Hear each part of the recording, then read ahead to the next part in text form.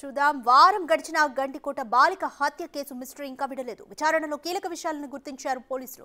దీనికి సంబంధించి బాలిక అన్నను విచారణకు పిలిపించారు.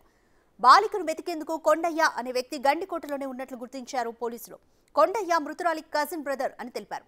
రాత్రంతా వెతికిన కొండయ్యకి ఉదయం బాలిక మృతదేహాన్ని గుర్తించినట్లుగా పోలీసులు వెల్లడించారు. బాలిక కుటుంబానికి గండికోటలో సమీప బంధువులున్నట్లు పోలీసులు తెలిపారు.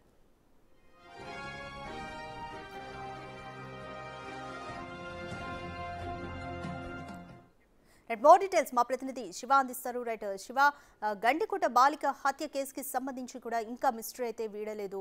ఈ విచారణకు సంబంధించి పోలీసులు ఏం చెప్తున్నారు?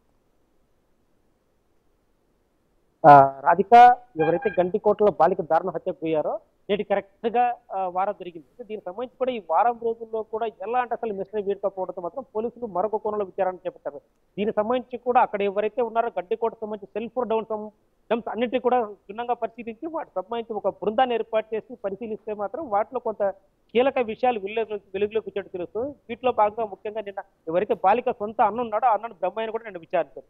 వీటితో పాటు కరెక్ట్ గా 14వ తేదీ అంటే గత సోమవారం బాలిక హత్య చేయబడినటువంటి ప్రాంతంలో అదే రోజు మాత్రం గండికోటలోనే బాలిక సంబంధించిన కుటుంబం అంటే కొండయ్యతో పాటు మరికొందరు కూడా అక్కడ రాత్రి కూడా అక్కడే ఉన్నట్టు గుర్తించినట్టు తెలుస్తుంది. అయితే అక్కడ వాళ్ళు బాలికను కనిపించలేదు కాబట్టి వెతుకోవడం కోసం అక్కడ ఉన్నారా, లేదంటే మరే కోణంలో ఏమైనా ఉన్నారా, వాళ్ళు అక్కడ ఉన్న కారణాలు ఏంటి అనే అంశంపై ఇప్పుడు పోలీసులు విచారణ చేపట్టారు. ఎందుకంటే బాలిక మృతదేహం లభించింది కూడా గండికోటలోనే, అక్కడ మొదట గుర్తించింది కూడా బాలిక కజిన్ బ్రదర్ కొండయ్య. అంటే ఇక్కడ పోలీసులందరూ వ్యక్తుల సమయంలో కొండయ్య ఒక్కడ బాలిక మృతదేహాన్ని గుర్తించారు. అంటే కొండయ్యకి ఏమైనా అక్కడ ముందు ఉన్నట్టు ఏమైనా ముందే తెలుసా, లేదంటే యాదృచ్ఛికంగా బాలికను గుర్తించారా అనే కోణంలో విచారణ చేపడుతున్న నేపథ్యంలో మాత్రం మరికొన్ని సంచలన విషయాలు వేరే అవకాశం వచ్చి ఉంటుంది.